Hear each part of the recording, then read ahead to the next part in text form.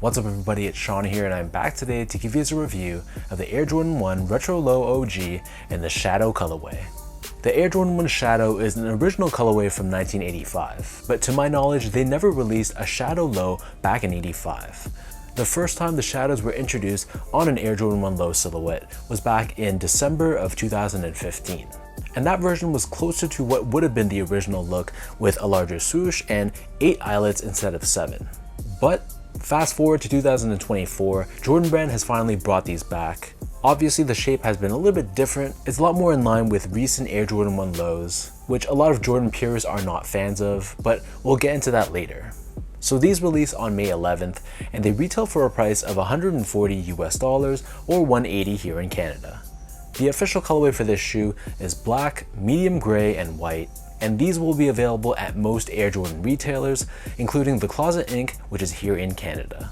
The Closet Inc. is my go-to shop for Jordan retros and Nike releases. They're independently owned and operated, based right here in Southern Ontario in Canada, and they offer some of the best prices nationwide. So I've linked their social media, their website, all that good stuff down below. So check them out, show them some love, support the independent shops, and tell them that I sent you.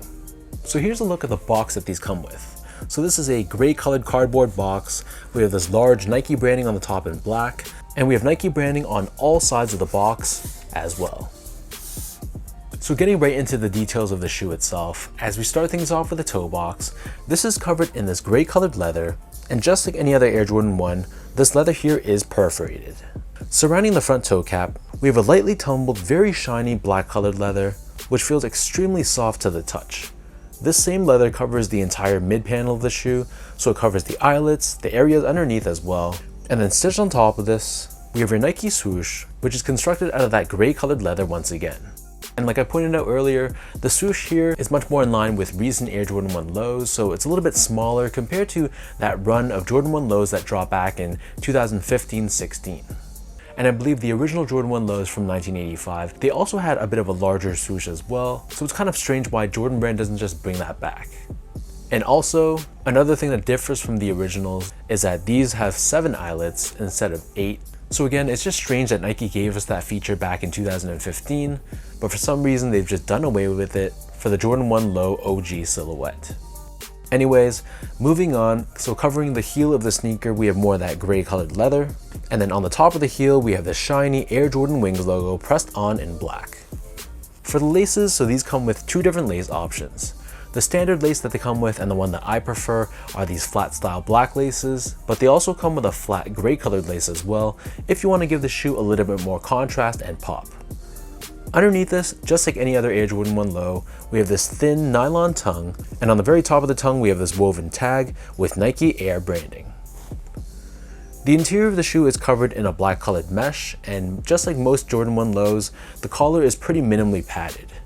And then as far as the insoles go, so these come with a decently thick, decently padded polyurethane lined insole. It's covered in this white finish on top, and we have Nike Air branding pressed onto the heel.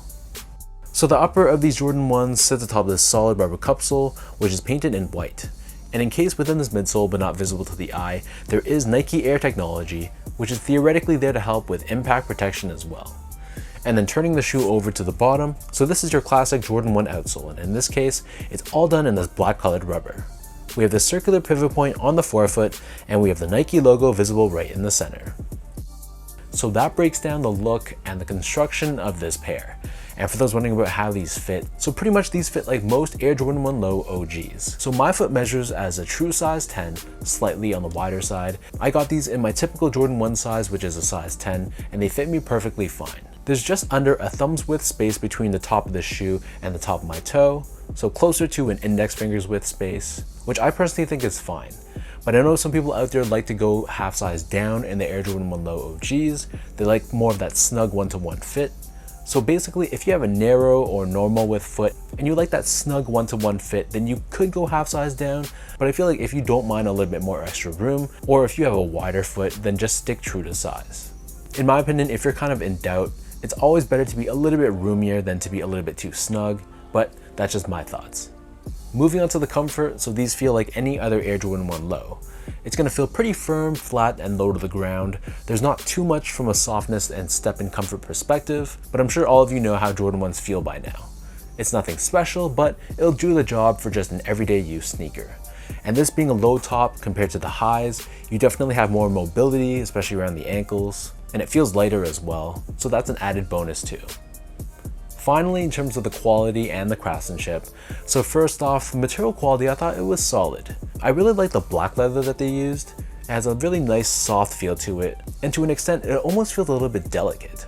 This gray leather in contrast has a bit more of a synthetic feeling to it, especially on the toe box. You don't really see those natural leather grains like you would see on the black leather. So are the materials amazing? Definitely not, but as a whole, I thought it was not bad. And from a build and craftsmanship standpoint, it was decent. There were some issues like the stitch job wasn't the best, but for a mass-produced Air Jordan shoe, at least for my pair, I thought it was pretty well done. So fingers crossed. I know Jordan Brand is kind of hit or miss, but hopefully your pair when you get them are as clean as my pair, because I've seen some horror stories, I've experienced some horror stories myself with past mass-produced Air Jordan drops.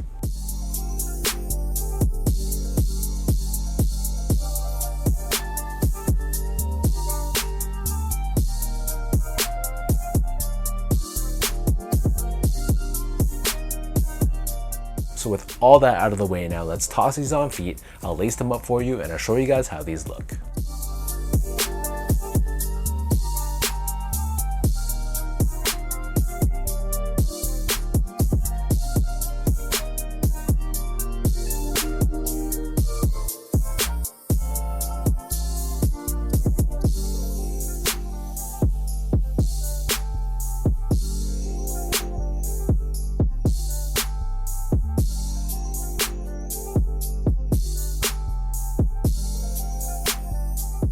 When I think of low top Air Jordan 1s, I think of spring, summer, and to a lesser extent fall.